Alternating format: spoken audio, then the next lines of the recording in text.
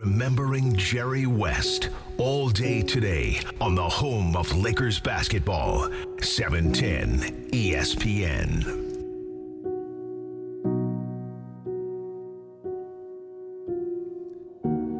All right, so we're talking about the life of Jerry West. Very quickly here, I want to kind of run through just some numbers, some data here, because we could spend the entire show talking about any one of these things. And Mychal Thompson joining us here as well. Mychal, you were a part of a hand, more than maybe just one or two handfuls of this. Yeah, I made Jerry's career. Yeah, sure. I humbly say. He was a 17-time NBA finalist as a player and executive. He is a member of the Hall of Fame multiple times. He was a member of the team that won 33 games in a row. That's an NBA record. He has the fourth highest scoring average in the history of the league. Did that without a three-point line. He is the only player to win the MVP in the NBA Finals on the losing team. He made 14 All-Star games. He made 12 All-NBA teams. He was a member of the All-75th anniversary team. He was a two-time All-American at West Virginia. He was the most outstanding player of the NCAA tournament, again, on a team that did not win the NCAA championship. He was a gold medalist in 1960 as a member of Team USA and is widely considered the greatest NBA executive of all time. Not a bad resume, Mychal. I believe in God. I don't know how you guys believe, but I believe in God, and this is just solidifies my belief in God. God is a merciful God. He didn't want Jerry West to see the Celtics get number 18. He said, Jerry, come on home. Come on up. You don't need to stick around and watch this.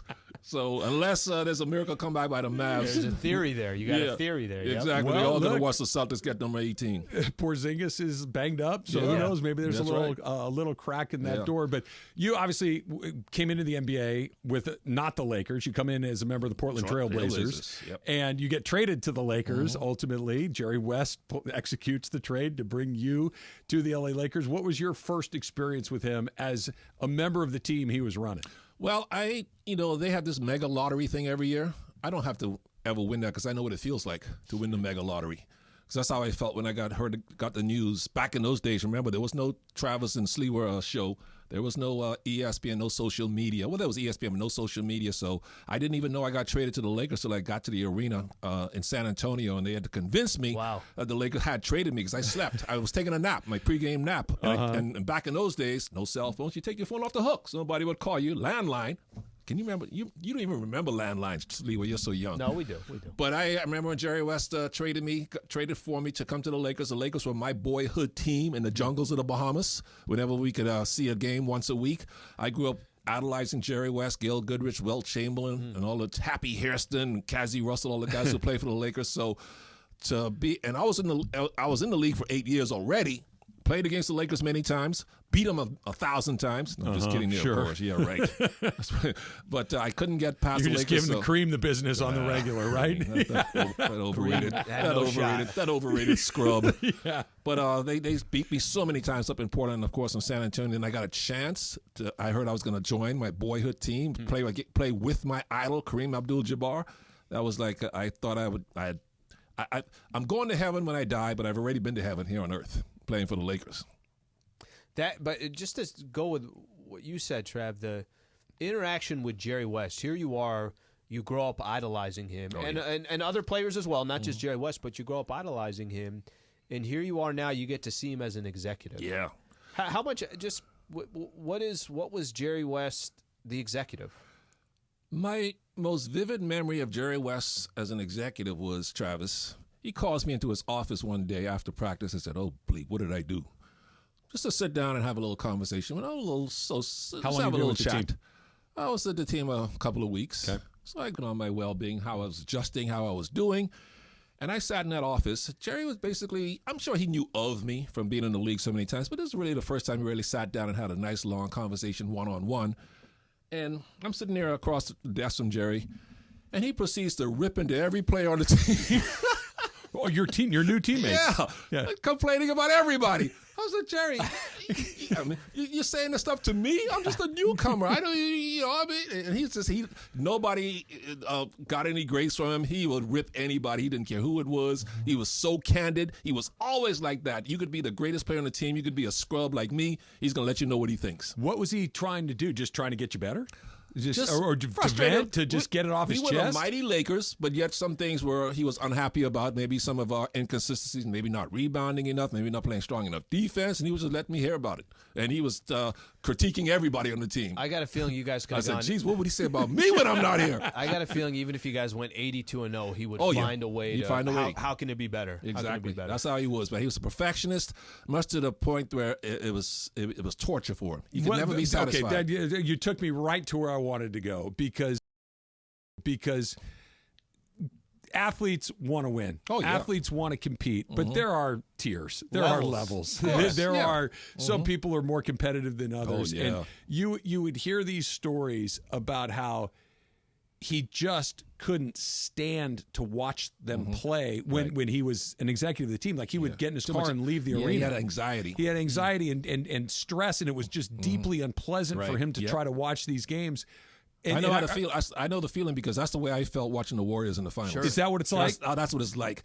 You can't do anything to go out there and help yourself. You sit up in the stands. Sometimes I would go out and walk the concession stands because I just couldn't take the tension. Now, if the Warriors were up by 30, I could sit there, relax. Play the ball. Yeah, I don't care. But in the finals, when it was going back and forth, I couldn't take it. So I knew exactly how Jerry felt.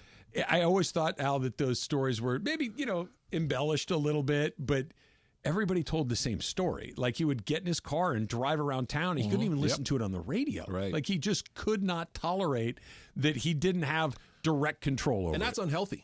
That's really unhealthy. Even for me, my wife would look at me like, say, what's wrong with you? Stay here in the seat and watch. I said, I can't take it, Julie. And so I can understand the stress you feel, the anxiety you feel. It's not good for your heart, not good for your digestive system. It's a miserable feeling. But Michael, that was. I'm sure nobody can tell him anything. I'm sure Julie couldn't say anything to you that was going to change. To alleviate the pressure or the stress. I don't think that was ever going to change.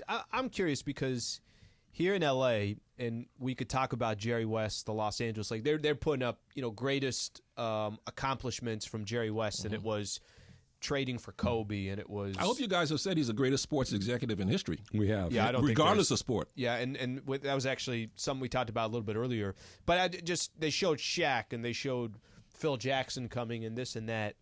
How much the Golden State Warriors won 4 championships over the course of 6 years. That window. And I genuinely don't know when I'm asking you this. How much of an influence did he have on that dynasty? Oh, everything. Are you kidding me? He was a consultant for the Warriors. He wasn't a GM, but Bob Myers and Steve Kerr, Joe Lacob, Peter Guber, the management and ownership group, they all consulted with Jerry. They got his input. They valued his input.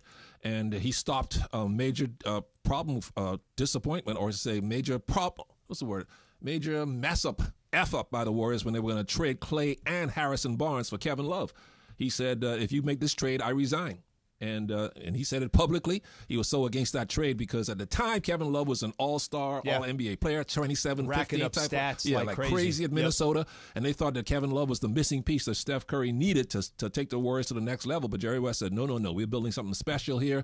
And if you break up this team, I resign. Well, that's what's so bananas about it. We're not even talking about the Lakers. This is a what I'm completely saying. different franchise that hadn't won in how long? And he wasn't the GM. He wasn't the team president. But he has so much influence, weight and influence and respect. Yep, exactly. To where the guy that does have the job is the general manager, the team president, the whatever titles we want to talk about there, the owner. And he'd say, guys, if you do that, I'm not coming around here anymore. That's how bad of an idea that is. And everybody went, okay, don't do it. The trade he wasn't even the GM. Yeah. They hadn't won a championship since 1975. That's the right. Warriors had. Yeah. The trade was basically done because I remember being on the phone. Clay was so disappointed he was getting traded. I said, no, Clay, you're going to love playing in Minnesota. I had a great time there. You're going to love playing for Flip Saunders, who was the coach at the time. He's a player's coach. Because this is the kind of conversations we had because I thought the deal was basically done until Jerry made him pull the deal off the table.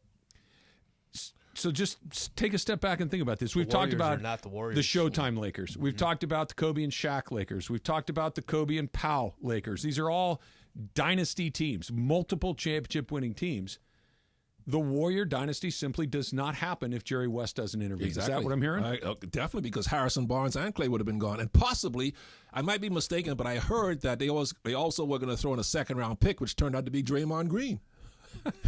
For Kevin Love. The greatest backcourt in the history of the NBA would have never happened. So to take the butterfly effect a little bit further, right? Mm-hmm. Maybe Steph gets frustrated. Maybe Steph's right, like, you got rid of this guy. This doesn't work. You know what? I got to go try. So, especially when you look at the way that the NBA shook out over the next several years where, hey, you and I, let's get together and go over here. Right. Hey, you and I get together, let's go over there.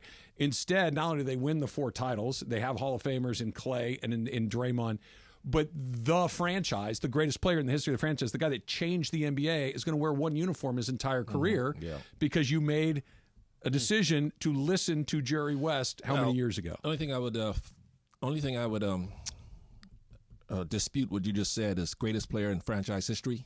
Wilt kind of played for the Warriors. Okay. But Wilt played for a bunch of different teams, well, right? Know, so I know he fits in a lot, but I'm saying a guy like, when you think of Magic and Kobe, they were the Lakers exclusively. Magic's my greatest Laker ever.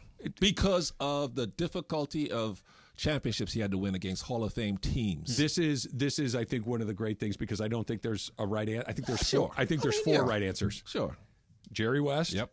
Kareem. Yep. Kobe. And Magic. Yeah. Nobody's crazy for naming any one of those people. Little hot and cold coming up next. We'll continue to talk about the life of Jerry West, who died earlier today at the age of